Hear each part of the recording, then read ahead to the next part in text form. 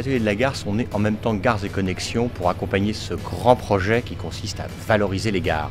Institutionnellement et intellectuellement, les gares étaient absentes du débat en fait.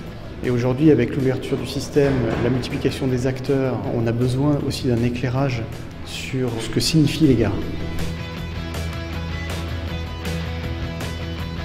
L'intérêt des ateliers de la gare, c'est de confronter les différentes idées et les différents points de vue. Il y a des philosophes, il y a des économistes, il y a des gens de la SNCF, il y a des étrangers.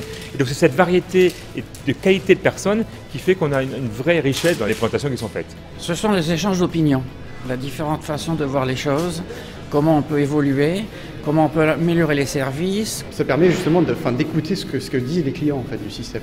Ça nous permet, nous, opérateurs, d'avoir une vision globale, de comprendre le devenir des gares, de nous-mêmes faire passer nos messages, que nous avons nos propres messages, nous avons nos propres visions de la manière dont on voit le commerce en gare. Et ça permet aussi parfois d'avancer des idées nouvelles de manière un peu comme ça en l'air et de voir comment le public réagit. Et je pense que cet espace est intéressant de ce point de vue-là. Quelle est la place des gares dans une société qui s'est quand même profondément transformée? Les gares sont évidemment importantes pour les élus parce que c'est des lieux de passage.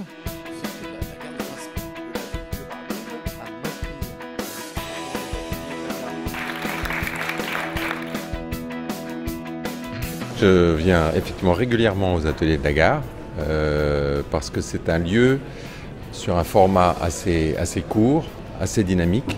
Ce qui fait le charme et l'intérêt de la démarche, c'est qu'on est dans un auditoire qui finalement est assez resserré. On est presque dans un petit cocon entre nous. C'est un petit peu comme une réunion finalement entre collègues élargis en quelque sorte. L'avantage de ces ateliers, c'est qu'on évoque absolument tous les aspects de la gare. J'ai beau passer toutes les semaines gare de l'Est et dans la gare de Strasbourg, j'ai besoin d'en voir plus.